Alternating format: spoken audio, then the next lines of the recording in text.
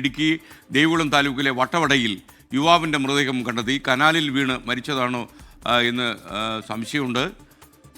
അപ്പോൾ അല്പസമയത്തിനകം അതിൻ്റെ കൂടുതൽ രാഹുൽ വിജയൻ നമുക്കൊപ്പം ചേരും. രാഹുൽ വിജയൻ, എന്താണ് വട്ടവടയിൽ സംഭവിച്ചത്? വിവരം ആരാണ് ഈ മരിച്ച ആളെന്നുള്ള രീതിയിലുള്ള വിവരങ്ങൾ എന്തെങ്കിലും നമുക്ക് ലഭിച്ചോ? വട്ടവട സ്വദേശി വിഷ്ണുവാണ് മരിച്ചത് എന്നുള്ളതാണ് പ്രാഥമികമായിട്ട് നമുക്ക് മനസ്സിലാക്കാൻ കഴിയുന്നത്. കഴിഞ്ഞ ദിവസങ്ങളിലൊക്കെ വ്യാപകമായിട്ട് മഴ അവിടെ പെയ്തിരുന്നു. കനാലിലൊക്കെ വെള്ളം നിറഞ്ഞു നിൽക്കുകയാണ്. ഈ വട്ടവടയിലുള്ള ഒരു കനാലിലാണ് ഇന്ന് രാവിലെ മൃതദേഹം കണ്ടെത്തിയത്. കാൽ വഴുതി വീണതാകാം എന്നുള്ളൊരു പ്രാഥമിക നിഗമനമാണ് പോലീസ് പറയുന്നത്. എന്തായാലും വിശദമായിട്ടുള്ള പരിശോധന ആരംഭിക്കുകയും ചെയ്തിട്ടുണ്ട്. മാത്രമല്ല, ഈ വട്ടവട പഞ്ചായത്തിന് സമീപം ഒരു മണ്ണിടിച്ചിൽ ഉണ്ടായിട്ടുണ്ട് എന്നുള്ള കാര്യം കൂടി ഈ ഘട്ടത്തിൽ പറയുകയാണ്. കഴിഞ്ഞ 6 ദിവസമായി വട്ടവട മേഖലയിൽ കറണ്ടില്ല. വൈദ്യുതി ബന്ധം പൂർണ്ണമായിട്ടും താറുമാറായിരിക്കുകയാണ്.